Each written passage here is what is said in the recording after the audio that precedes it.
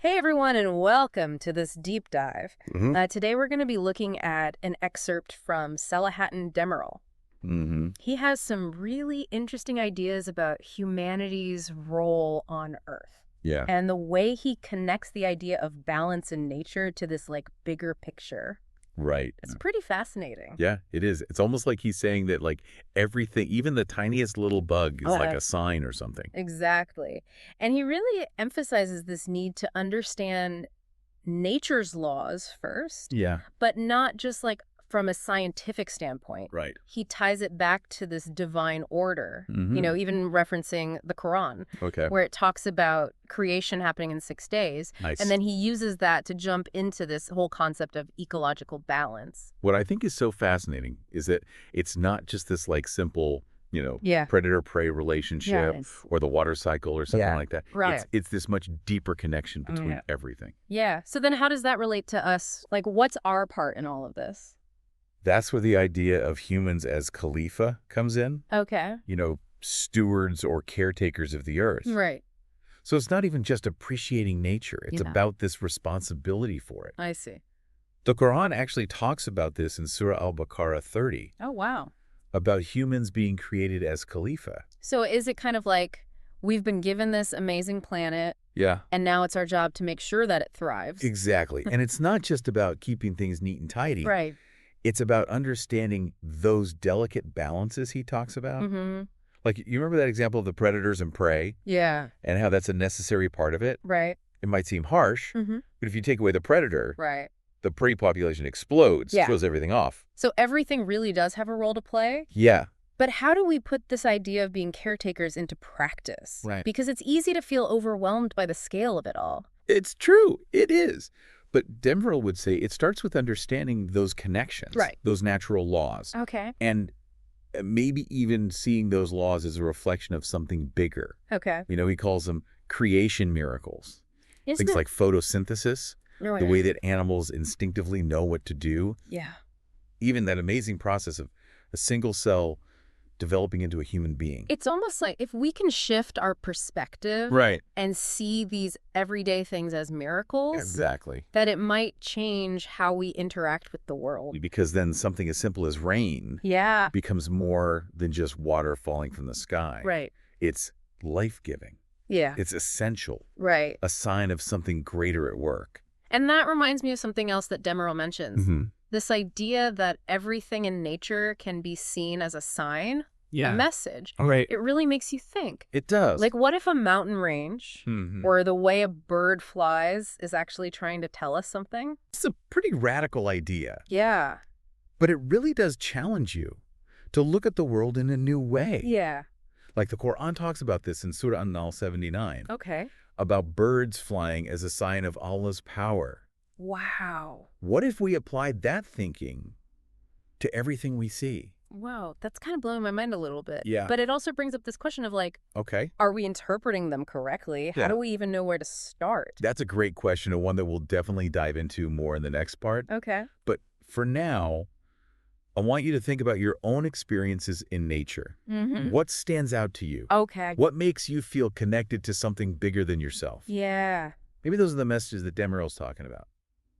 Interesting. Yeah. Okay. Yeah. So we've been talking about these big ideas, balance and signs in nature. Mm-hmm. But let's get real for a second. Okay. We're facing some serious environmental problems right now. Does Demirel's work even address any of that? It's interesting you bring that up because he was writing before a lot of these issues became so urgent. Yeah.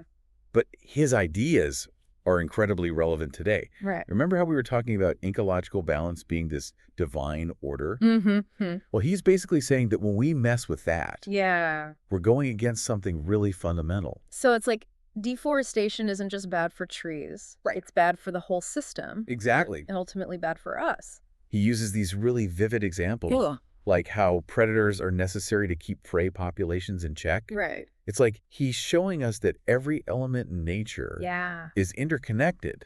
Mm-hmm. And when we disrupt one part, Right. it has this domino effect. It all ties together. Yeah. But it also makes me think about how our actions have consequences that reach far beyond ourselves. It's not just about our generation. It's about the future, too. That's a really key point. Yeah.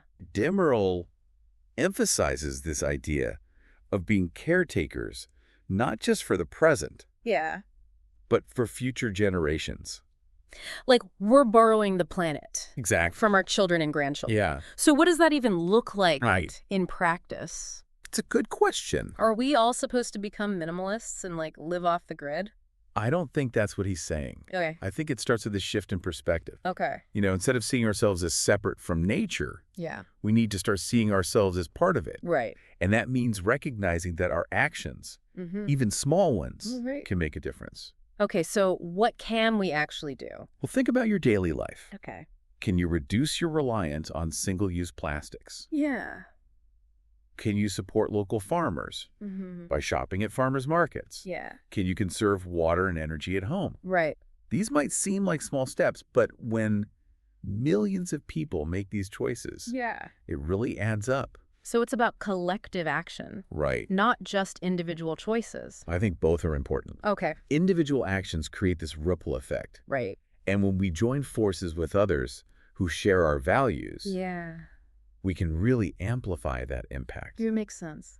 Think about advocating for policies that protect the environment or holding corporations accountable for their environmental practices. It's like individual actions are the seeds. Right. And then collective action helps them grow into something bigger. That's a great analogy. Yeah. And Demerol's work is like a seed itself. Right. Planting these ideas of responsibility and interconnectedness. Yeah. It's a call to action, reminding us that we all have a role to play in creating a more sustainable future. Wow.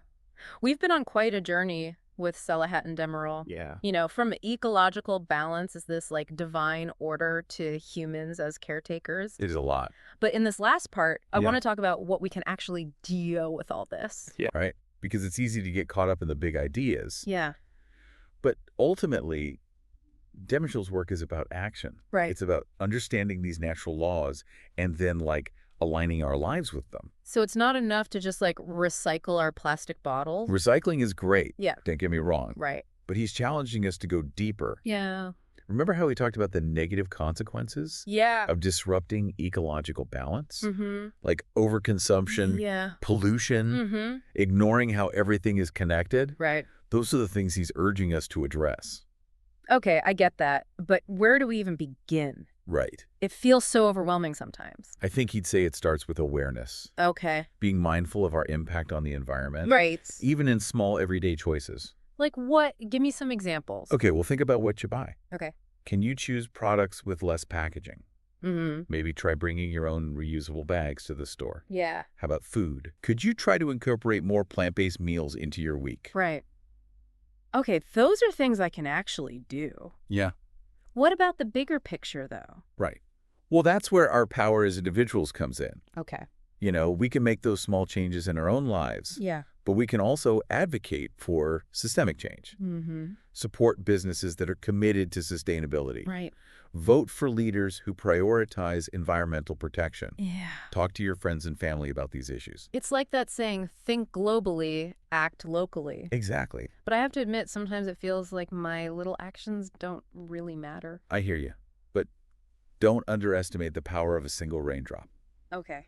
You know, millions of those raindrops create a downpour. Right. Our actions, when multiplied by millions of people who share those values, can create a wave of change. That's actually really encouraging. Yeah. It makes me think about Demerol's idea of legacy. That it's not just about what we achieve personally. Right. But the state of the planet we leave behind. Exactly.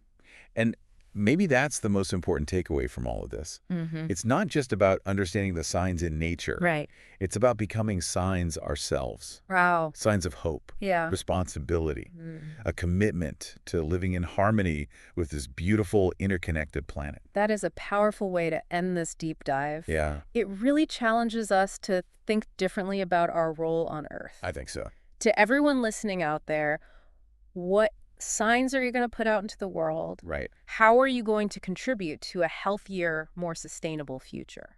Keep exploring those questions. Yeah. And remember, every action, no matter how small, can make a difference. Thanks for joining us on this journey. It's been great. And until next time, keep diving deep.